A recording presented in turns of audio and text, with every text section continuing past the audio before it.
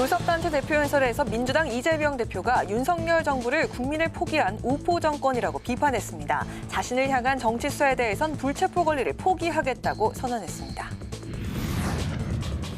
국민의힘과 정부가 공교육 강화와 사교육비 경감 방안을 논의했습니다. 당정은 수능에서 이른바 킬러 문항을 배제하고 지난 정부에서 폐지하기로 한 자사고, 외고 국제고를 계속 유지하기로 했습니다. 초당적 정치개혁 의원 모임이 여야를 향해 선거제 개편 작업을 위한 분발을 촉구했습니다. 로드맵을 확정해서 구체적인 일정과 시한을 국민께 약속할 것을 요구했습니다.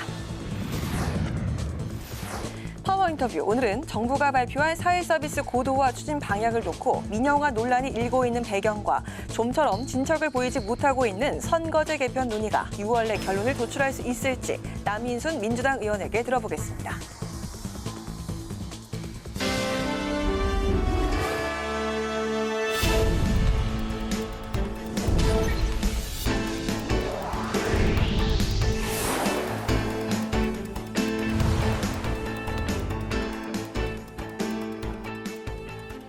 여러분 안녕하십니까? 6월 19일 월요일 국회 라이브 6 시작하겠습니다. 오늘 국회 본회의에서는 이재명 더불어민주당 대표가 국회 교섭단체 대표 연설에 나섰습니다. 윤석열 정부의 지난 1년이 국민을 포기한 정권이라고 비판한 데 이어 추가 경정예산 편성을 촉구했습니다. 이 대표는 또 자신에 대한 검찰 수사에 대해서 불체포 특권을 포기하겠다고 선언했습니다. 김동희 기자가 보도합니다. 이재명 더불어민주당 대표는 대전환의 시대, 퇴행을 거슬러 내일을 창조하자라는 제목의 연설을 통해 윤석열 정부의 1년을 평가했습니다. 이 대표는 새 정부 출범 1년 만에 눈 떠보니 후진국이라는 말이 유행하게 됐다며 윤석열 정권이 국민을 포기한 오포 정권이라고 작심 비판했습니다. 새 정부 출범 1년 만에 윤석열 정권은 민생, 경제, 정치, 외교, 안전을 포기했고 국가 그 자체인 국민을 포기했습니다. 후쿠시마 원전 오염수 방류 문제와 12구 이태원 참사를 두고는 정부가 국민 생명과 안전을 포기했다고 날을 세웠습니다. 민생 정책에 대해선 정부가 서민과 중산층을 쥐어짜며 민생 고통을 가중시키고 있다고 비판했고, 정치 문제에선 지난 1년간 대통령이 야당과 한 번도 만나지 않았고 대통령의 시행령 정치와 거부권에 막혀 입법부가 제대로 작동할 수 없었다고 지적했습니다. 또 외교는 이념과 진영 중심의 편향 외교가 아니라 국익을 최우선한 전략적 자율 외교로 전환해야 한다고 강조했습니다. 민생과 경제 회복 대안으로는 35조 원 규모의 추경 편성과 전세 사기 피해 직접 구제를 위한 추가 입법을 추진하겠다고 밝혔습니다. 정부 에너지 정책의 전면 전환과 주 4일제 시행도 촉구했습니다. 이 대표는 지난 대선부터 힘을 실어온 기본사회 정책도 강조했습니다. 이미 시행되고 있는 아동수당처럼 부분적 단계적으로 기본소득을 시행하고 확대해가면서 국민의 실질 소득을 늘리고 삶의 질을 개선해 나가야 합니다. 이 대표는 또 윤석열 정권이 압수수색과 구속기소, 정쟁에만 몰두하는 압구정 정권이라며 야당 탄압론을 부각했는데 자신에 대한 검찰 수사에 대해선 불체포 특권을 포기하겠다고 밝혔습니다. 저에 대한 정치 수사에 대해서 불체포 권리를 포기하겠습니다. 구속영장을 청구하면 제 발로 출석해서 영장 실질 심사 받고 검찰의 무도함을 밝히겠습니다. 이 대표의 연설을 놓고 국민의힘은 자당의 행태에 대한 반성 없이 현 정부 탓만한 내로남불이라고 혹평한 데 이어 어떻게 불체포 특권을 포기할지 구체적으로 밝히라고 촉구했습니다.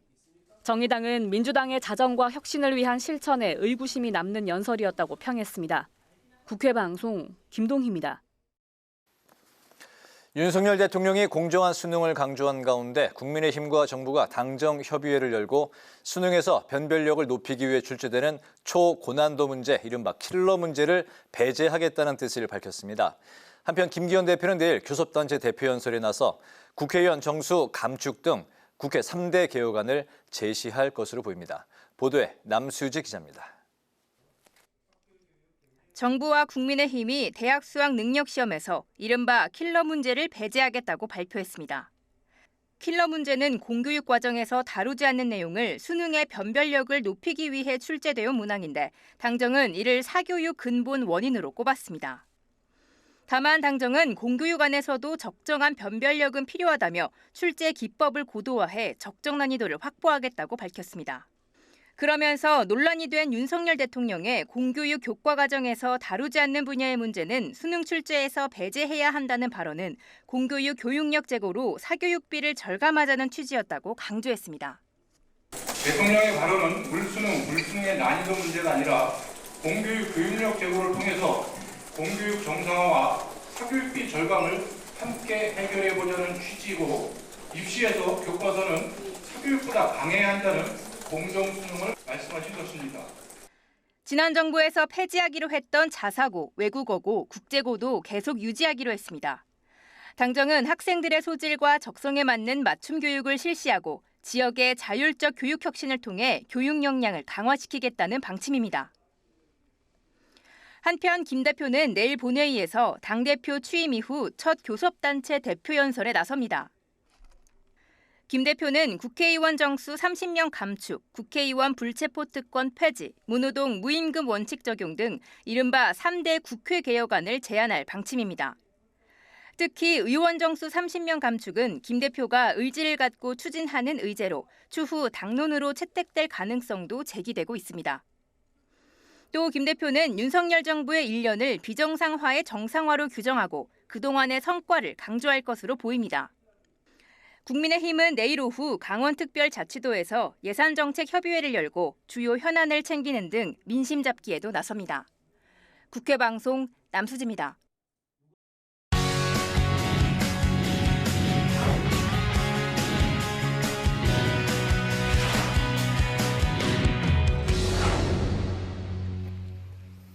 네, 정치권 이슈를 좀 더 자세히 살펴보겠습니다. 김지수 아나운서 나와 있습니다. 안녕하십니까? 네, 안녕하십니까? 네. 오늘 그 민주당 이재명 대표의 국회 교섭단체 대표 연설이 있었는데 가장 눈에 띄는 부분이 자신의 그 불체포 특권을 포기하겠다 이런 내용이었죠? 네, 바로 그 부분이 가장 핵심 내용이라고 볼 수 있겠는데요. 네. 언론에 미리 배포했던 자료에는 없던 내용인데 연설 끝부분에 이 내용을 추가를 한 겁니다. 본인을 향한 정치 수사에 대해서 이 불체포 특권을 포기하겠다, 소환한다면 10번이 아니라 100번이라도 응하겠다고 밝혔습니다. 이에 본회의가 끝나고 왜 현 시점에서 불체포 특권을 포기했는지 묻는 기자들의 질문이 있었는데요. 정쟁이 아니라 정치를 해야 한다. 이 당이나 정치 집단들의 이익이 아니라 민생과 나라 살림을 챙겨야 할 때이기 때문에 더 이상 이런 문제로 논란이 되지 않기를 바란다는 입장을 밝혔습니다. 전문가들은 이 대표 자신의 사법 리스크와 더불어 최근 체포동의안이 연이어 부결되면서 방탄 정당의 이미지가 강화된 데 따른 부담감을 해소하기 위해 정치적 승부수를 띄운 것이라고 분석을 하고 있습니다. 네, 오늘 이 자리에는 또 그 한동훈 장관도 출석했는데 이재명 대표 발언에 대해서 한 장관 어떤 반응을 보였나요? 네, 한 장관은 이 대표의 발언, 이 불체포 특권을 포기한다는 것이 좋은 이야기지만 다만 그것을 어떻게 실천을 할지 잘 모르겠다고 밝혔는데요. 구체적으로 불체포 특권을 포기한다는 것이 어떤 의미로 말씀하셨는지 모르겠다. 적어도 사법 시스템 절차 내에서 행동하겠다는 것은 좋은 이야기다. 이렇게 밝혔는데요. 네. 다만 어떻게 실천할지 모르겠다. 중요한 건 다른 국민들과 똑같이 이 형사 사법 시스템 내에서 이 자기 방어를 하면 되는 문제다. 이렇게 주장을 했습니다. 그렇군요. 이재명 대표가 이제 그 연설에서 윤석열 정부의 지난 1년을 강하게 비판을 했는데 국민을 포기한 정권이다. 이렇게 이제 뭐 이런 표현을 썼네요. 네, 오포 정권이라는 표현을 썼는데요. 정부가 민생과 경제, 정치, 외교, 안전 이렇게 5가지를 포기했다. 국민을 포기한 정권이라고 규정을 한 겁니다. 세계 경제는 코로나 불황을 끝내고 정상화 중인데 우리 경제만 후퇴 중이라며 경제가 무너졌고 지난 1년 동안 야당과 한 번도 만나지 않았다. 정치를 포기했다고 주장을 했습니다. 또 제3자 변제를 내세워서 일본의 사과 기회마저 없애고 일본 오염수 안전성에 대해서도 일본보다 우리 정부가 더 홍보에 나서고 있다면 전방위적인 비판을 이어갔는데요. 정책적 대안도 제시를 했습니다. 35조 원 규모의 추경을 편성해서 치솟는 물가와 에너지 요금 부담에서 서민들을 보호해야 한다고 밝혔고요. 전세 사기 대책을 시급하게 보완해서 공공에 의한 피해 직접 구제 조치로 채권을 매입하고 사후 정산하는 제도가 필요하다고 주장했습니다. 네, 오늘 이 대표 발언을 두고 여야 반응이 어떻게 나왔습니까? 네, 당내에서는 호응이 이어졌는데요. 네. 친 이재명계인 정성호 의원, 이재명답다, 이 국민과 정의의 승리를 믿는다고 밝혔고요. 정청래 최고위원도 불체포 특권 포기에 대해서 만류하고 반대했지만 검사 독재 정권의 맨몸으로 맞서겠다는 의지가 강했다. 네. 이렇게 표현을 했습니다. 반면 국민의힘은 당내 비리 사건에 대해서 진솔한 사과가 없었다. 하나마나 말뿐이었다며 이율 배반과 후한 무치로 일관한 연설이었다고 밝혔습니다.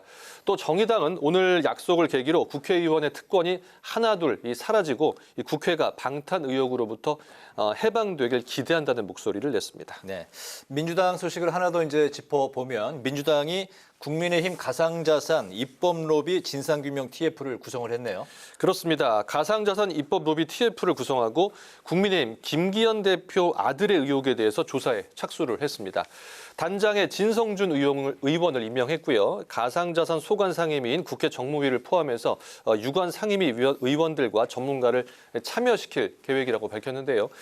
민주당은 오늘 논평을 내고 언론 보도에 따르면 김기현 대표의 아들이 코인 업체에 재직을 하면서 동시에 수십억 원대의 먹튀 사기 의혹을 받고 있는 NFT, 즉 대체 불가 토큰 프로젝트의 최고 책임자를 겸하고 있었다고 지적을 했습니다. 이러면서 사기 의혹을 받는 아들이 아무 문제가 없냐, 김 대표는 아들에 대해서 국민 상식 수준에서 사실대로 답해야 한다고 촉구했는데요. 김기현 대표는 아들이 직원 30명 정도 되는 중소벤처기업의 직원으로 취업을 했다며 회사 주식을 한 주도 보유하지 않은 채 월급 받고 일하는 회사원일 뿐이라고 반박을 한 상태입니다. 네, 오염수 공방도 여야 간에 이제 계속되고 있는 상황인데 네. 민주당이 오염수를 핵폐수로 불러야 된다 이렇게 이제 비판을 했네요. 그렇습니다. 지난 주말에도 장외 집회를 민주당이 이어갔거든요. 네. 그 자리에서 이제 이재명 대표가 핵 오염수라고 해서 고발을 한다고 하니까 앞으로는 아예 핵 폐수로 불러야 되겠다며 비판을 했는데요. 최근 국민의힘이 핵 오염수라는 표현을 쓴 민주당 울산시당 인사를 고발하겠다는 방침을 밝혔었는데 이제 이 대표가 핵 폐수라는 더 강한 표현을 한 겁니다. 네, 이런 표현에 대해서는 국민의힘이 민주당은 괴담 정치만 일삼고 있다 이렇게 이제 또 맞대응했어요. 네, 국민의힘 오늘 최고위원 회의에서 이 장외 투쟁에 나선 민주당과 이재명 대표에 대해서 강한 비판을 이어갔는데요. 김기현 대표, 이 대표가 후쿠시마 오염수를 핵폐수로 부르며 자극적인 표현으로 국민들에게 먹거리 공포를 조장했다며 입에 담기 어려운 욕설을 가족들에게 퍼부어댄 이에게 딱 어울리는 언어 폐수 전문가답다고 지적을 했습니다. 윤재혁 원내대표도 민주당은 국민의 생명과 건강을 지키는데 조금도 관심이 없고 제2의 광우병 파동을 일으켜서 내년 총선에서 승리하는 데만 혈안이 돼 있다고 밝혔는데요. 오염수 방류 시점이 임박하면서 여야의 대치가 국회 안과 밖에서 더 거세지는 그런 모양새입니다. 그렇군요. 오늘 이슈 분석은 여기까지 듣겠습니다. 김지수 아나운서 수고 많았습니다. 네, 고맙습니다.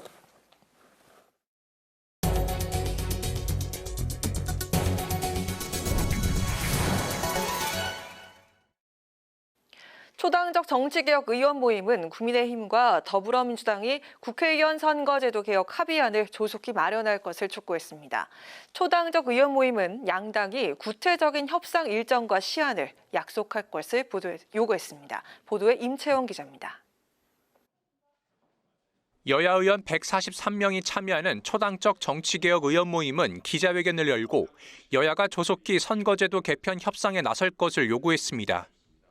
초당적 의원 모임은 현재 선거제 개혁을 위한 정당 간 협상은 지지부진한 상황이라며 거대 양당이 벼랑 끝 전술로 기득권을 지키려는 게 아닌지 우려된다고 밝혔습니다. 그러면서 각 당이 선거제도 개편 목표와 원칙을 분명하게 밝혀줄 것을 촉구했습니다. 기득권 유지를 위한 정치권의 직무유기가 거대한 위기에 직면한 대한민국 정치의 운명을 흔들지 않도록 목표와 원칙을 국민께 약속해 주십시오. 초당적 의원 모임은 여야가 구체적인 선거제도 협상 일정과 시한을 제시해 줄 것도 요구했습니다.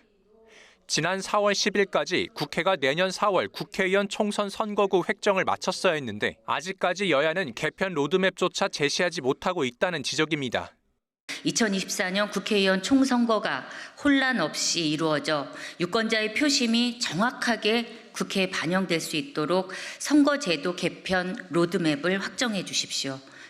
초당적 의원 모임은 국회의장과 각 정당 대표와 면담을 추진해 선거제도 합의안 마련을 촉구해 나갈 계획이라고 밝혔습니다. 현재 여야는 선거제도 협상을 중단한 상태입니다. 김진표 국회의장은 지난 2일 이번 달까지 선거제도 개편을 마무리해야 한다며 여야의 4인 협의체 구성을 제안했지만 여야는 선거제도 개편과 관련해 당내 의견 수렴을 진행하기로 했습니다. 김 의장은 의견 수렴에 2주 정도 소요될 것이라고 전망했는데 아직까지 윤곽은 나오지 않고 있습니다. 다만 일부 관계자들은 여야 협상이 완전히 중단된 것은 아니라며 물밑 협상을 진행하고 있다고 전했습니다. 이런 가운데 국회 정치개혁특별위원회는 오는 22일 소위원회를 열어 특위 차원의 비례대표 선거제도 개편 논의를 시작한다는 방침입니다. 국회방송 임채연입니다. 국회 기후위기 특별위원회는 글로벌 탄소 규제 대응과 탄소 중립 기술 혁신 방안 논의를 위한 공청회를 열고 전문가들의 의견을 수렴했습니다.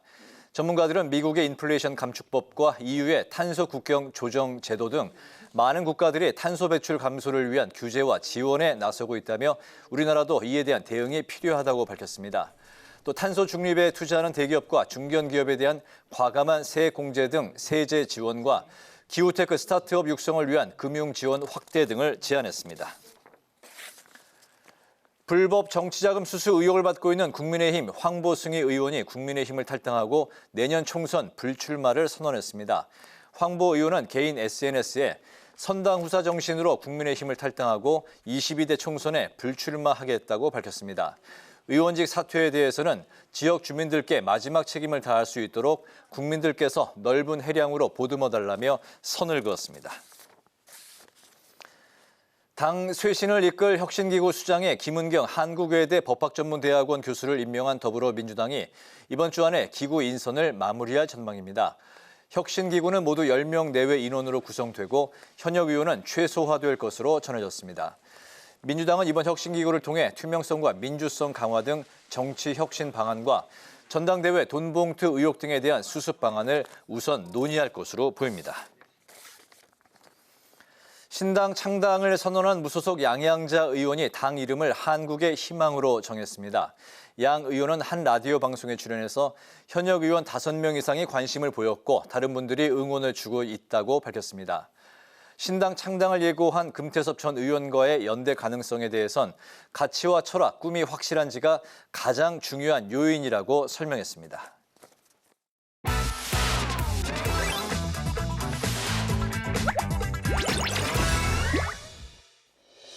6월 19일 강아랑이 전해주는 정치권의 뜨거운 말말말 강아랑의 정치랑입니다.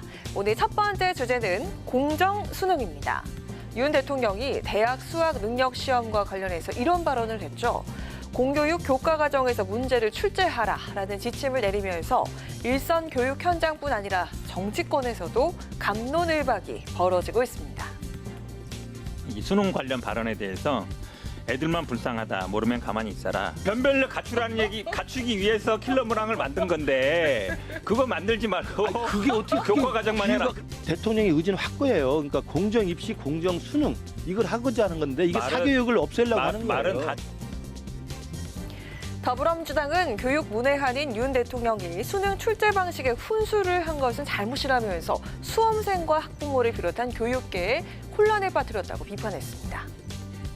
교육 개혁을 하라고 했더니 작년 만 5세 초등 입학을 꺼내 학부모님들의 마음을 아프게 하고 그리고 올해는 설익은 수능 폭탄을 꺼내 수험생들을 혼란에 빠뜨리고 있습니다. 수능 5개월을 앞둔 학생과 학부모를 대통령이라고 이렇게 혼돈에 빠뜨리면 되는 겁니까? 이해가 안 가잖아요. 이해가 잘 안 예. 변별력을 강화하자는 것인지 또 쉽게 내자는 것인지 그럼 역대급 인스턴트 요리가 대통령 발로 나온 건데 포장하다 보니까 정상적으로는 이해하기 없는 말이 막 쏟아지는 거예요. 네, 이런 비판에 대해서 국민의힘은 민주당이 발언 취지를 왜곡해서 정쟁화하고 있다면서 맞섰습니다. 사교육이 없어도 수능을 볼 수 있어야 한다는 원론적인 내용을 두고 선전선동에 나섰다며 꼬집었는데요. 대통령께서 무슨 난이도 조정을 이렇게 해라, 수시와 정시의 비율을 뭐 이렇게 해라, 뭐 이렇게 지시한 적이 없습니다. 대통령의 혼선을 초래하고 있다. 네. 이렇게 주장하는 것은 저는 비난을 위한 비난이다. 대통령의 말씀은 학교에서 배운 거, 공교육 극과 가정의 범위 내에서 변별력을 갖춘 수능 문제를 출제하라는 것 아니겠습니까? 사교육이 없어도 수능을 볼 수 있어야 한다는 지극히 원론적이고 상식적인 내용을 두고 민주당은 또다시 선전선동에 나선 것입니다. 이렇게 정치권의 공방이 이어진 가운데 정부와 국민의힘은 오늘 사교육 경감 관련해서 당정 협의를 열고 수능에서 킬러 문항을 배제하겠다고 결정했는데요. 물수능 비판에 대해선 수능의 적정 난이도가 확보되도록 출제 기법을 고도화하겠다고 밝힌 상황입니다. 5개월여 남은 대학 수학 능력 시험. 혼란을 줄이기 위해선 그 어느 때보다 발빠른 대처가 시급해 보입니다. 자, 이어서 두 번째 주제는 민주당 혁신위 동상이몽입니다. 이재명 민주당 대표가 혁신위 설치를 공언한 지 한 달여 만에 김은경 한국외대 법학전문대학원 교수가 위원장으로 임명이 됐죠. 혁신위가 본격 출범하기도 전에 혁신위의 활동을 두고 당 내에서 갑론을박이 벌어지고 있습니다. 바로 무엇을 혁신할 것인가라는 혁신기구 과제 설정을 두고 친명계와 비명계가 이견을 보이고 있기 때문인데요. 자, 먼저 친명 성향의 의원으로 주축이 된 민주당 혁신행동은 어제 입장문을 내고 혁신의 주체는 당원과 국민이 돼야 한다면서 당원권 강화에 힘을 실었습니다. 일각에선 혁신 대상은 현역 국회의원이 돼야 한다는 목소리도 나왔습니다. 지금 우리 당의 혁신이라고 할 때는 가장 중요한 것은 기득권을 내려놓는 거 아니겠습니까? 네. 기득권을 내려놓는다는 것은 가장 많이 가지고 있는 사람들이 그 대상이겠죠. 네. 예를 들면 지금의 국회의원이죠. 네, 반면 비명계에선 팬덤 정치 결별에 목소리를 높이는가 하면 현재 기득권인 이 대표 체제를 대상으로 한 혁신이 이뤄져야 한다는 입장입니다. 기득권 방탄 정당에 대한 국민들의 어떤 불신 이런 것들이 쌓여져 있고 그다음에 이제 비민주적인 팬덤 정당이다. 예. 이런 이미지가 또 커졌어요. 예. 이재명 체제가 1년 되는 시점이에요. 지금 1년을 평가해서 예. 이재명 지도부로 내년 총선까지 가면 이길 수 있느냐 토론을 한번 해봐야 됩니다.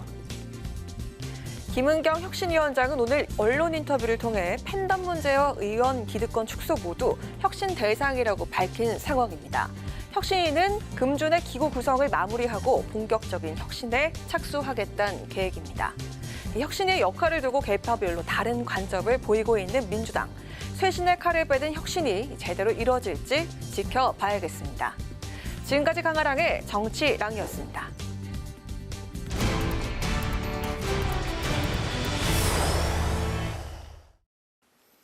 네, 주말 내내 여야는 후쿠시마 오염수 방류와 윤 대통령의 수능 발언 등을 놓고 공세를 이어갔습니다.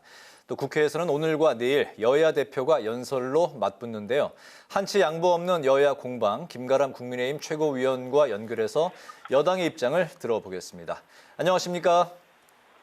네, 안녕하세요. 김가람입니다. 네, 지난번 저희가 이제 한 차례 전화 인터뷰를 했었는데 당시에는 그 청년 대변인 자격으로 논평을 해주셨는데 이번에 이제 그 최고위원 자격으로서 또 총평을 부탁드리겠습니다. 먼저 그 축하 말씀부터 드리겠습니다. 축하합니다. 네, 감사합니다. 열심히 하겠습니다. 네, 저희가 또 관심 갖고 잘 지켜보도록 하겠습니다.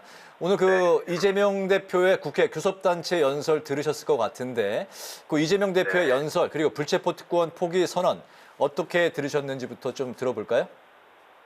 우선은 교섭단체 대표 연설은 공당의 대표로서 국정에 대한 철학이 좀 담겨야 된다고 생각하는데요. 네.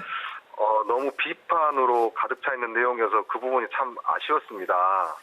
그리고 불체포 특권 포기하겠다고 했는데 지금까지 민주당이 보여준 모습을 우리 국민들께서 다 봐오셨는데 그 부분에 대한 어떤 진정성이 얼마나 국민들로부터 어떤 느껴질지 사실 우려되는 부분도 있고요.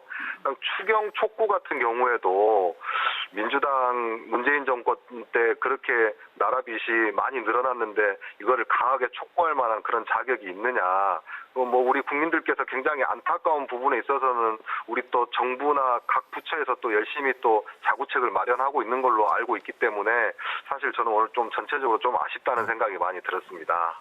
네. 그리고 그 윤 대통령의 수능 발언 논란이 확대가 되고 있습니다. 사실 그 원론적으로는 맞는 말이고 상식적인 말 맞습니다. 근데 하지만 그 수능을 5개월 앞둔 이 시점에서 수험생들에게 혼란을 줬다 이런 비판이 있고요. 또 그 장관 등 교육부 관료들 탓을 했다는 점에서 만 5세 초등 입학 사태를 연상시킨다 이런 지적이 있습니다. 어떻게 보십니까? 말씀 주신 대로 지극히 상식적인 이렇게 말씀을 하신 건데 이거에 대해서 논란이 많이 있다라는 것 자체가 어떤 전달하는 과정에 문제가 있었다라고 저는 생각이 들어서 대통령의 지시를 국민들에게 잘못 전달한 것은 좀 바로 잡아야 바로 잡아야 하는 일이라고 저는 오히려 그렇게 생각하고 있습니다.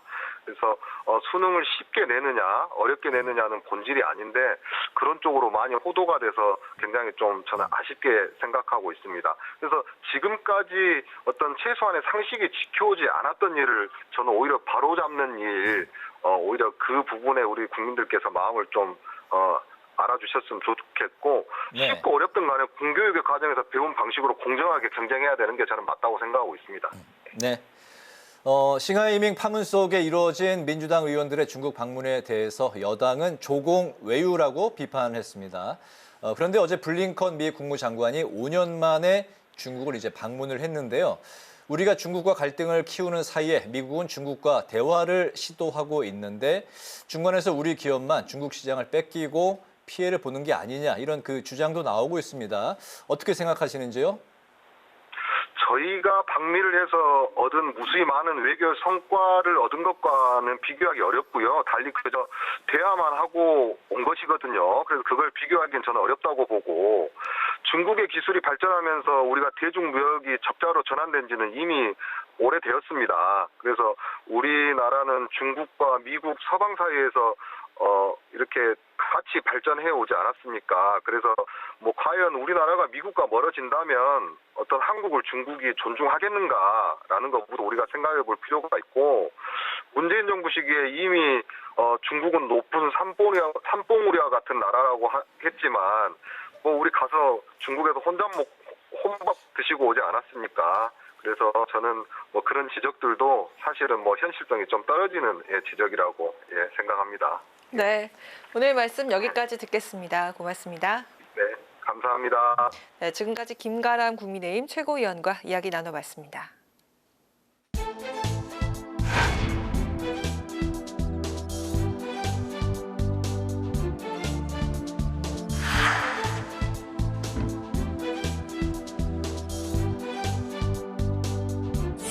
사회보장 서비스 자체도 시장화가 되고 산업화가 되고 경쟁체제가 되고 이렇게 가야 되는 겁니다. 좀 합리적으로 통폐합을 해서 시장 조성을 좀 제대로 하고 윤석열 대통령이 취임 1년 만에 사회보장 전략회의를 열었습니다. 그 내용은 사회보장 포기회의가 아닌가 싶을 정도로 국민들을 깜짝 놀라게 했습니다. 국가의 공공 역할을 포기하는 그런 선언과 같습니다. 역사적인 시청자 직접 선거 제도를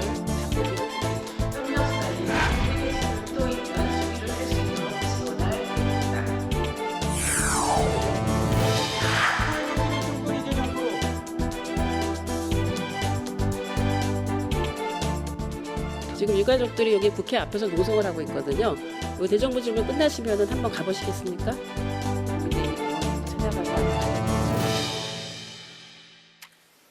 네, 지난 5월 31일 정부 출범 1년 만에 가진 사회보장 전략회의에서 윤 대통령이 밝힌 사회서비스 고도화 추진 방향이 논란이 되고 있습니다. 또 내년 총선을 위한 선거제 개편 논의가 여전히 지지부진한 상황인데요. 국회 보건복지위 위원이자 정개특위 위원장이신 더불어민주당의 남인순 의원을 모시고 자세한 말씀을 들어보겠습니다. 의원님 반갑습니다. 어서 오십시오. 반갑습니다. 안녕하세요. 네. 먼저 요새 굉장히 바쁘실 텐데 출연해 주셔서 뭐 대단히 또 감사 말씀부터 드리겠습니다. 네, 초대해 주셔서 감사합니다. 감사합니다. 네, 바로 이제 질문 좀 들어갈까 하는데요. 윤 대통령이 밝힌 사회 서비스 고도화 추진 방향, 요약하면 이제 사회 서비스도 민간 참여를 이제 확대해서 예를 들어서 이제 뭐 돌봄 서비스 같은 경우는 고품질의 돌봄 서비스를 통해서 또 일자리도 창출하고 그러므로 해서 이제 뭐 시장화 또 이제 산업화를 이제 추진한다 이런 이제 뭐 이게 요약을 할 수 있을 것 같습니다. 이 같은 윤 정부의 복지국가 비전 전략 여기서 이제 좀 어떤 점들을 저희가 집중적으로 좀 살펴보는 게 좋겠습니까? 예, 뭐 저도 5월 31일 날 뭐 윤석열 대통령께서 뭐 사회보장 전략회의에서 뭔가를 발표하신다고 해서 네. 상당히 뭐 저는 이제 보건복지원에만 오래 해왔거든요. 네. 삼선하고 있지만 계속 보건복지원에만 했었기 때문에 상당히 관심을 갖고 그 어떤 내용이 발표가 되는지를 사실 지켜봤습니다. 네.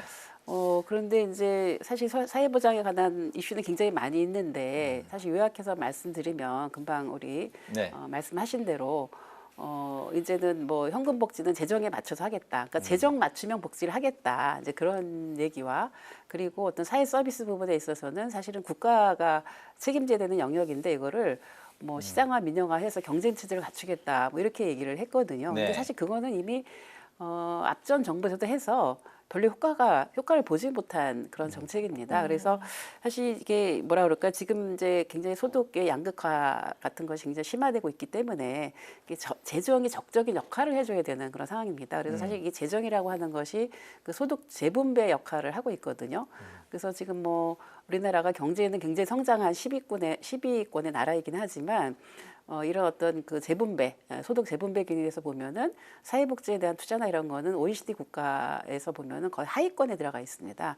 그럼 조금 더 재정의 역할을 좀 강화해서 어떤 소득 그 재분배 기능을 하면서 재정의 역할을 해야 되는데 그 뭐 재정 있는 것만큼 복지하겠다 이렇게 사실 선언을 해서 네. 이거는 굉장히 정말 좀 실망스럽고 이제 과거의 정책으로 다시 회귀하는 것이 아닌가라고 하는 그런 우려가 있고요. 그리고 어떤 사회 서비스를 어떤 시장 경쟁화한다라고 하는 것은 이미 또 실패한 정책입니다. 우리가 너무나 많이 민영화돼 있고 시장화돼 있는데 거기서 서비스의 질이 떨어지고 있고 또 오히려 그 서비스를 담당하는 어떤 돌봄 노동자들의 어떤 처우가 나쁨으로 인해서 요즘에 요양보호사 구하기 굉장히 어렵거든요. 이렇게 네. 나쁜 근로조건이면 누가 일을 하겠습니까? 그래서 이런 문제들을 해결할 수 있는 해법 제시가 안 됐다. 뭐 이렇게 생각하고 있습니다. 네. 네, 야당은 이 사회 서비스 고도화가 네. 복지 민영화다 이렇게 주장을 하고 있고요. 네. 정부 설명에 따르면 이미 장기 요양 서비스 99% 그리고 사회복지 시설의 80% 이상이 이미 민간 운영으로 이루어지고 있다. 네. 그러니 그 민영화라는 그 주장은 맞지 않는다 이렇게 얘기를 하고 있고요. 네. 그 민간에서 혁신적인 서비스를 제공을 하고 정부는 그 시장 관리자의 역할만 집중을 하겠다 이렇게 얘기하고 있는 이 설명에 대해서 어떻게 반박을 할 수 있을까요?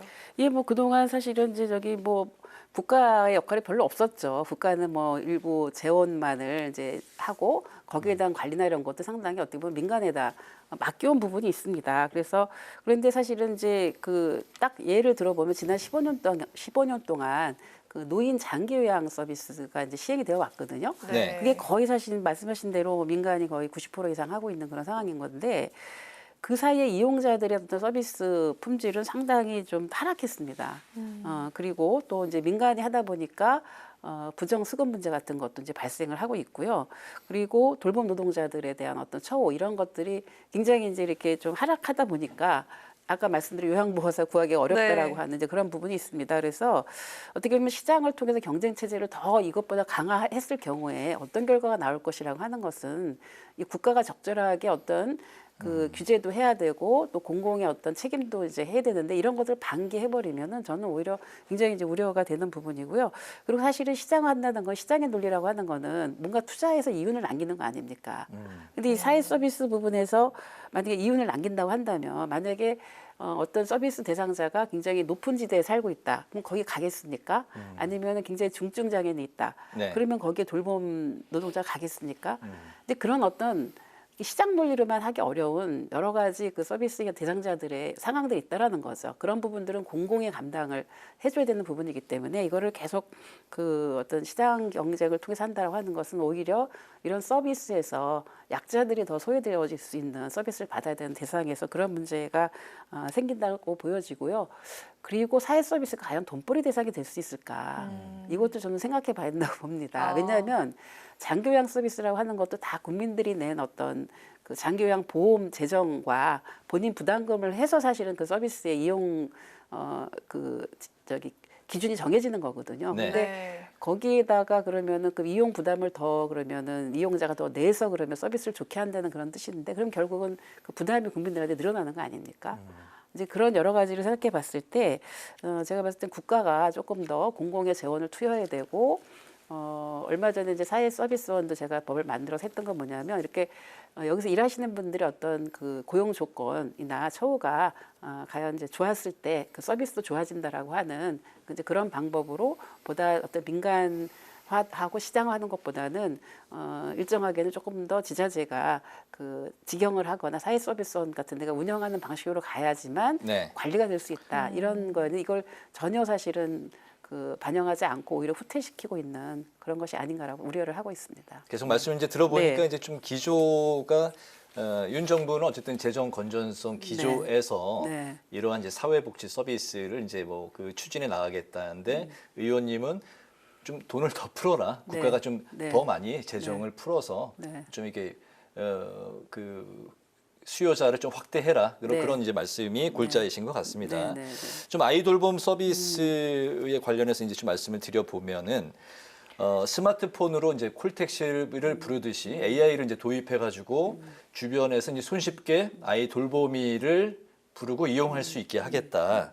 요게 이제 그 커다란 좀 줄기인 것 같은데 아이 돌보미 매칭이 이제 그 실제 수요자들한테는 필요한 사람들한테는 하늘의 별 따기다. 그만큼 이제 부르기가 어렵다. 네네. 그런 상황에서 이런 그 스마트폰으로 이제 뭐 그 주변에서 이제 손쉽게 이제 부를 수 있는 서비스 이게 이제 좀 뭐 찬성 의견도 있는 것 같습니다. 거기에 이제 시장도 넓어지고 서로 경쟁하게 되면 그만큼 또 매칭도 쉬워지고 서비스도 훨씬 더 좋아지는 거 아니냐. 그래서 찬성 의견도 뭐 적지 않게 있는 것 같습니다. 어떻게 생각하시는지요? 그 여성가족부가 하는 아이돌봄 서비스가 굉장히 이렇게 대기자가 많은 이유가 네. 왜 그런지 아십니까? 뭐냐면 그 아이돌봄 서비스에 대한 관리를 가족센터가 하고 있습니다. 결국은 국가가 어쨌든 위탁한 그런 공공기관에서 하고 있는 거거든요. 네. 그래서 아이돌봄 서비스를 이제 그 어떤 이용자들이 선호하는 이유는 어쨌든 그 서비스 제공 인력에 대한 그 믿음이 있는 거예요. 왜냐하면 국가가 그 인력을 관리하기 때문에. 네. 예, 그래서 그런 것 때문에 아이돌봄 서비스를 사실은 이용하려고 하는데 그 매칭이 잘 안 됩니다. 그럼 결국은 공급량을 늘려야 되겠죠. 근데 네. 공급량을 늘리는 방식이 과연 또 이거를 민간기관에 이렇게 넘겨줘서 할 것이냐, 아니면 지금 여성가족부가 하고 있는 아이돌봄 그 서비스를 조금 더 그 양을 늘리는 거, 저는 그걸 먼저 고민해야 된다고 생각하고요. 지금 여성가족부에서는 여러 가지 모형으로 해서 본인이 부담을 좀 하고도 그 뭐 여러 가지 그 서비스를 좀 약간 믹싱해서 하는 이런 방식도 뭐 얘기를 하고 있습니다. 물론 네. 저는 뭐 이용자가 서비스를 양을 늘리기 위해서 본인 부담을 늘릴 수 있다고 생각하지만 네. 기본형들을 원하는 부분들이 있거든요. 네. 그러니까 예를 들면은 보육 어린이집에 갔다가 아이를 이제 데려오는 거잖아요. 그 아이돌봄 서비스라고 하는 것이 그런 기본형들을 원하시는 분들이 많이 있습니다. 그래서 그 부분의 양을 절대로 늘려야 된다고 생각을 하고 있고요. 네. 어떤 그런 다양한 어떤 수요도 하고 그 다양한 수요에 맞춰서 뭐 일정하게는 본인 부담을 할 수 있지만 이 부분이 너무 커지면 그만큼 사실은 또 그것도 이 역시 서비스를 국가가 이용한 좀 부담을 해줘야 사람들이 된다. 그렇죠. 서비스 이용한 사람들의 어떤 부담이 늘어나는 거거든요. 네네. 그래서 저는 일단은 아이돌봄 서비스의 양을 좀 먼저 늘려서 매칭이 잘 될 수 있도록 그렇게 하는 것이 국가 역할이다라고 생각을 하고 있습니다. 그리고 서비스 인력도 관리를 해서 믿고 그 아이돌봄 서비스를 이용할 수 있구나, 이런 신뢰를 주는 것이 저는 중요하다고 생각을 하고 있고요. 뭐 그래서 이제 지금 상당히 어쨌든 뭐 저는 이제 이 아이돌봄 서비스는 굉장히 그 만족도가 높기 때문에 네. 이거를 좀 많이 늘렸으면 좋겠다. 예, 그런 것이 저희 입장입니다. 그렇지만 민간한테만 맡겨서 될 부분은 아니다. 네. 이용자 부담, 결국에 이용자라는 게 이제 국민인데 국민 네. 부담에서 이제 국가 부담으로 좀 더 확대되는 쪽으로 네. 가야 된다. 네. 뭐 그 말씀이신 것 같아요. 그 돌봄 서비스에 이제 종사하는 분들, 이 종사자 분들도 반발하고 있는 부분이 있습니다. 서비스 질을 높이기 위해서는 돌봄 종사자분들의 좀 노동 환경부터 좀 개선을 해야 된다, 좀 열악하다 네. 이런 그 목소리들이 있는데 거기에는 좀 어떤 생각이실까요? 예, 지금 뭐 굉장히 이게 정말 돌봄이라고 하는 거는 누구나가 언젠가 이 돌봄을 받아야 되잖아요. 그래서 이제 앞으로도 이제 그 대상이 누구나 될 수가 있는 거거든요. 그러니까 그렇게 생각한다고 한다면 저는 이 돌봄 노동에 대해서 기존에 어쨌든 여성들이 해왔던 어떤 가사 노동, 돌봄 노동 이렇게 생각하면서 상당히 그 가치를 돌봄 노동의 가치를 우리가 사회가 너무나 좀 평가절하하고 있다. 그러다 보니까 이 돌봄 노동을 담당하시는 뭐 보육회사라든지 아니면 아이 돌봄이라든지 아니면은 그 요양보호사라든지 뭐 아니면 장애인 활동 지원이라는 여러 영역이 있는데 네. 이 부분에 대해서 너무 최저임금 수준으로만 너무 이제 그 처우가 되다 보니까 10,000원 정도 되나요? 네. 뭐 시간급으로 따지면 또 뭐 시급이 시급이 굉장히 낮습니다. 그래서 그뿐만 아니라 또 이 요양 제가 그 요양 서비스를 하시는 분들은 이렇게 이동해 가면서 서비스를 해야 됩니다. 왜냐하면 보통 한 가정에 가면 3시간 정도 하고 다른 가정에 가서 한 3시간 정도 해야 하루 6시간이 되다 보니까 그 정도를 해야지 사실은 한 달 어느 정도에 채워지지 않겠습니까? 네. 그러면 그 이동하는 기간 동안은 또 이게 전혀 이제 보장이 안 되고 그래서 상당히 어떤 이런 이동 노동 내지는 호출 노동이 지금의 어떤 돌봄 시장에 있어서 상당히 많은데 그래서 이분들이 원하는 거는 이런 이동 시간도 좀 포함해 달라. 그리고 이제 뭐 장기 근속 이동 시간도 근로 시간에 포함해 달라. 그렇죠. 예, 포함해 달라는 것이고 왜냐하면 그 이동을 통해서 그 돌봄 서비스가 필요한 부분에 가야 되니까 그런 것도 있고 또 뭐 장기 근속 수당이라고 해서 3년을 한 사업장에 있어야 되는데 이 요양 서비스 같은 경우는 한 사업장에 있을 수가 없어요. 왜냐하면 지속적으로 그 일이 그 기간에서만 있는 게 아니라 다른 기간도 또 가야 되고 하니까 이거를 좀 통산해서 그렇게 해서 3년 근무하면은 장기 근속 수당을 줘야지 전혀 제도는 있지만 아무런 그 혜택이 없다. 이런 게 현장의 목소리입니다. 그래서 또 뿐만 아니라 최근에 또 뭐 이 가사 돌봄 노동자들, 가사 서비스한 노동자들을 해외 인력을 한다는 거 아닙니까? 이거에 대해서 굉장히 좀 뭐 맘카페라든지 이런 데서 굉장히 우려가 많습니다. 왜냐하면 이제 실제로 집에 와서 그런 서비스를 하는 건데 충분하게 이제 검증이 됐느냐 뭐 이런 부분도 있고 또 그런 서비스를 이용해서 했던 나라들에서 과연 그러면은 출산율이 올라갔느냐 또 그렇지도 않거든요. 그래서 조금 더 그런 제도에 있어서는 어떤 국민들 여론도 좀 들어봐야 되는 것이고 우선은 국내에 있는 돌봄 노동자들에 대한 처우부터 개선하는 거 보육교사에 대한 뭐 호봉제를 도입한다라든지 아까 말씀드린 요양보호사도 그렇고 장애인 활동 지원 제도 같은 경우도 조금 더 전문적인 영역들이 있거든요. 그런 어떤 그 인력들에 대한 질적 향상을 해준다라든지 여러 가지 해야 될 일이 굉장히 많이 있습니다. 여기에 먼저 좀 우선해야 되지 않겠느냐 이런 목소리가 있습니다. 깊게 들어갈수록 정말 뭐 생각해야 하고 보완해야 될 그런 그 점들 굉장히 많이 있군요. 네네 그렇습니다. 예. 많은 우려들이 있었는데요. 자, 그 현금 지원 얘기를 해볼까 하는데 윤 대통령이 이렇게 말했습니다. 그 현금 복지는 이제 줄인다. 단 필요하다면 그 선별 복지, 약자 복지로 한정을 한다. 자, 이게 다시 그 선별 복지냐 보편 복지나 이 논쟁에 다시 점화가 될 것 같은데요. 자, 민주당은 이 보건복지위에서 어떻게 대응을 해나갈 생각인지 여쭙겠습니다. 제가 이 대목이 가장 정말 혼란스러운 대목이에요. 왜냐하면 그 이번에 뭐 공약이 하나였던 그 부모급여 그러니까 지금 이제 뭐 0세, 1세 이렇게 해서 앞으로 100만 원 뭐 이렇게 해서 이제 이번 올해는 75만 원 나가지만 이제 그 현금 급여가 나가고 있어요. 그거는 모든 아동을 대상으로 하고 있습니다. 이게 현금이 선별복지 아니거든요. 보편적으로 모든 아동들한테 나가는 부분인데 왜 갑자기 지금 선별복지를 강조했는지가 우선 앞뒤가 안 맞는 얘기입니다. 이미 부모급여라고 하는 거는 만 2세 미만의 자녀에게 좀 연령에 따라 차등해서 지급이 되는 건데요. 앞으로 5년 동안 20조가 들어간다고 합니다. 그럼 이거는 선별복지인가요? 보편복지 아닙니까? 저는 그래서 이게 앞뒤가 안 맞는 부분이고요. 저는 이제 복지라고 하는 부분이 그냥 약자에 대한 어떤 시혜가 아니라고 생각합니다. 이 복지는 이제 권리라고 하는 부분으로 우리 국민들이 다 세금을 내시잖아요. 그러니까 보편적으로 받을 수 있는 어떤 복지, 권리로서의 어떤 복지는 좀 보편화시키고 물론 좀 더 어려운 계층에 대해서는 좀 더 집중 맞춤형으로 지원하는 게 맞습니다. 그래서 이걸 다시 선별이냐 아니면 보편이냐 이런 부분으로 어떤 갈라치기 할 수 있는 그런 건 아니라고 생각하고요. 또 얼마 전에 보건사회연구원에서 서울대하고 여론조사를 했어요. 여론조사를 했는데 사실 또 이런 주제가 별로 맞지 않는 질문이긴 하지만 복지는 가난한 사람에게 제공돼야 한다는 의견에 41.9%가 반대했습니다. 오히려 그걸 동의한 사람은 34%였기 때문에 보편적 복지가 돼야 된다라고 하는 부분이 조금 더 많았던 것이죠. 그래서 네. 그런 여론조사도 있었고요. 그래서 또 뿐만이 아니라 이렇게 선별복지를 하다 보면 어떤 문제가 생기냐면 지난번에 저희가 수원 세모녀 사건이라든지 아니면은 과거에 있었던 송파 세모녀 사건이라든지 이렇게 보면은 사각지대가 꼭 발생을 해서 굉장히 이제 어떤 그런 비극적인 사건들이 많이 생깁니다. 그래서 저는 이제 그런 여러 가지를 거쳐오면서 지금 대한민국 복지가 이제 재정의 어떤 저희가 경제도 선진국에 들어섰고 이러면서 조금 더 보편적 권리로서의 어떤 복지로 가야 되는 것이 아니냐. 예, 그렇게 생각하고 있습니다. 알겠습니다. 네. 여기까지가 이제 사회 서비스 고도화 추진 방향 그리고 이제 돌봄 서비스를 중심으로 좀 이제 살펴봤고요. 네. 이제 그 좀 정치 상황으로 좀 네네. 이제 이야기를 좀 바꿔볼까 합니다. 국회 이제 정개특위 위원장이신데 네. 선거제 개편 논의 이제 한가운데에서 그동안 이제 진행을 쭉 해 오셨습니다. 전원위원회에 이어서 이제 500명의 시민이 참여했던 토론회 이제 방송 도 이제 뭐 나가면서 이제 관심이 많았었는데 네. 결과에 대해서도 많은 이제 분들이 이야기를 하셨습니다. 수구위 토론을 거치니까 비례대표 그리고 이제 의원 정수 확대에 대한 찬성 의견이 더 많아지더라. 네. 이런 이야기들이 이제 많았는데요. 이 변화, 이 결과에 대해서는 지금 어떤 생각이실까요?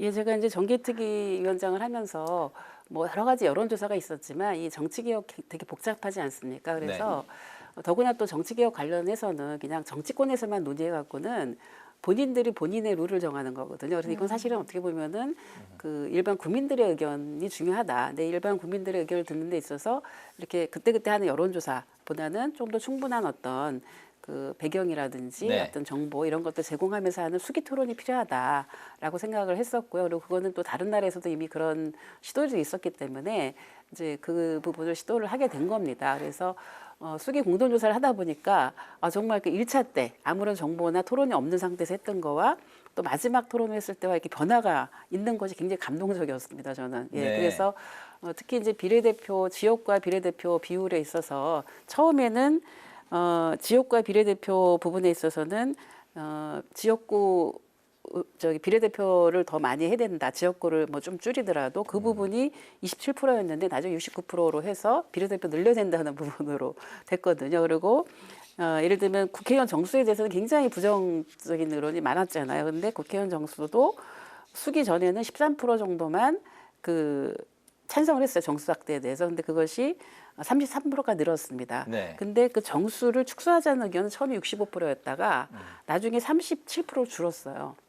예, 그래서 그런 부분들은 굉장히 저는 조금 더 정보가 제공이 되면 상당히 좀 다른 결과가 나올 수도 있다. 그리고 그 시민참여단의 의견이라든가 이런 부분에 대해서는 앞으로 국회가 이제 그런 그 논의 과정을 저희가 이제 정개특위에서 보고를 할 예정입니다. 그래서 그런 내용들을 충분히 정개특위 안에서 그 시민참여단의 의견을 좀 중요한 지표로 삼아서 논의를 해야 되지 않을까라고 생각하고 있습니다. 네. 네, 이렇게 그 의견 수렴도 다 했는데 네. 정작 국민들이 궁금해하는 건 이거 선거제 개편 중단이 된 거 아니냐 이렇게 알고 계시거든요. 지금 네네. 어떻게 진행이 되고 그렇지는 있나요? 않고요. 지난번에 4월달에 전원위원회 한 결과를 100여 분의 의원들이 토론을 한 건 굉장히 소중한 내용입니다. 그래서 그것도 지금 저희가 소위원회 구성까지는 아니지만 여야 그 원내 수석하고 그다음에 정개특위 간사 2+2 회의를 통해서 그때 나왔던 내용들을 좀 정리를 해서 정개특위로 보내게 될 것 같고요. 그리고 네. 이제 공론화 500일 시민 참여단이 했던 결과도 저희가 정개특위에서 보고를 합니다. 지금 내일 보고를 하게 돼 있습니다. 아, 내일입니까? 예, 내일 보고를 하게 돼 있습니다. 내일 보고를 듣고 의원들의 또 질의응답을 통해서 이제 거기에서 중요한 의미를 저희가 좀 정리를 해서 전원위원회 의원들이 토론한 거하고 또 시민참여단이 논의한 거가 같이 내일 22일 날 정개특위 소위원회가 있습니다. 이 선거제도 관련한 거기서 논의를 또 숙성을 하게 될 것 같고요.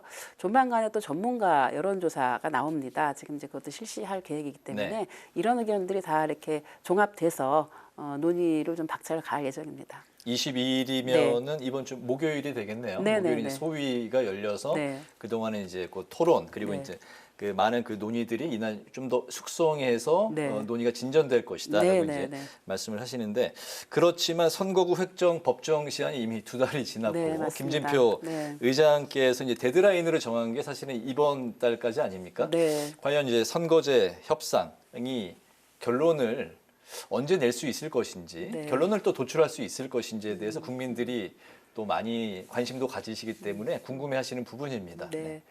뭐 결론은 반드시 내야 되고요. 물론 4월 10일 날 저희가 선거구 획정을 해야 되는 법정 기준을 저희가 지키지 못한 점 다시 한번 국민들께 죄송하다는 말씀을 드리고요. 이제 이 전원위원회 논의가 있었고 또 500인 시민 참여단의 논의가 있었기 때문에 그 논의를 바탕으로 해서 논의에 좀 박차를 가할 계획이고 반드시 또 결론을 내야 됩니다. 네. 왜냐하면 지난번 선거제도가 그 위성정당 문제가 발생을 했는데 그 위성정당 부분에 대해서 많은 국민들이 정치불신을 갖게 되는 계기였습니다. 그래서 그 위성정당 문제가 발생되어지는 원인을 제거해야 되기 때문에 선거제도 개편은 반드시 이루어져야 된다고 보고 있습니다. 네, 저 마지막 질문 드리겠습니다. 그 지난주 대정부 질문에서 이태원 참사 특별법 제정을 강조하셨더라고요. 네. 사실 그 4월에 발의가 된 걸로 알고 있는데 네네. 아직 그 행안위에 상정이 되지 못한 상태인데 이거 그 야당 단독 처리 가능성 있을까요? 어떻게 보십니까? 아니 뭐 저희는 이제 뭐 단독 처리를 뭐 하고자 하는 건 아니고요. 근데 그동안 이제 국민의힘에서 이 법안 발의를 한 183명에도 국민의힘 의원들은 한 분도 안 계십니다. 그리고 아마 여러 차례 아마 그 유가족들께서 국민의힘 대표와 그 의원들을 방문하고자 했는데 그것도 성사가 되지 않았고 또 행안위원회에서도 법안 상정을 해달라고 얘기를 했는데 지금 법안 상정이 안 된 그런 상황이다 보니까 뭐 그러면 또 유가족들이 지금 국회 앞에 와서 농성을 하고 계시고 정말 이제 그 벌써 오늘이 234일째입니다. 그런 네. 상황이다 본다면 이 법안 처리를 통해서 우리 유가족들이 갖고 계신 어떤 이 슬픔을 저희가 응답을 해야 된다고 생각합니다. 그 문제를 해결하기 위해서는 정말 절실하게 제대로 된 진상규명 또 피해자에 대한 권리 보장을 요구하고 계시기 때문에 저는 국민의힘에서도 국가 책임을 인정한 거거든요. 이건 인재다라고 분명히 인정을 한 거기 때문에 이 문제를 재발 방지를 하기 위해서라도 진상규명이 돼야 됩니다. 그래서 저는 좀 더 국민의힘 측에서 이 문제는 정말 정쟁으로 바라볼 것이 아니라 앞으로 안전한 대한민국을 위해서도 이 특별법 제정에 나서주시지 않을까라고 생각을 하고 있고, 근데 만약 안 한다, 네. 뭐 그럴 경우에는 저희가 또 생각을 해봐야 되겠죠. 모든 가능한 방법을 찾아서 올해 이제 이태원 참사가 이제 또 1년이 되지 않습니까? 1년이 되기 전에 저는 해결한다고 생각하고 있습니다. 네, 알겠습니다. 오늘 그 파워 인터뷰 약 20여 분간 진행이 됐는데 굉장히 밀도 높게 이렇게 정말 파워 인터뷰답게 진행이 됐다는 느낌이 들었습니다. 또 이게 여당은 어쨌든 또 국회의원 좀 축소 방향으로 가고 있기 때문에 선거제 개편에 대해서 여야 간에 또 이제 치열한 논의가 있을 것으로 예상이 되고 있습니다. 오늘 파워 인터뷰 이제 여기서 이제 마칠 시간이 됐는데 오늘은 사회 서비스 고도화 추진과 선거제 개편 논의 그리고 이태원 참사 특별법에 대해서 남인순 더불어민주당 의원과 관련 말씀을 나눠봤습니다. 오늘 말씀 잘 들었습니다. 잘 들었습니다. 네, 고맙습니다. 오늘 국회 라이브 6 여기까지입니다. 시청해주셔서 고맙습니다.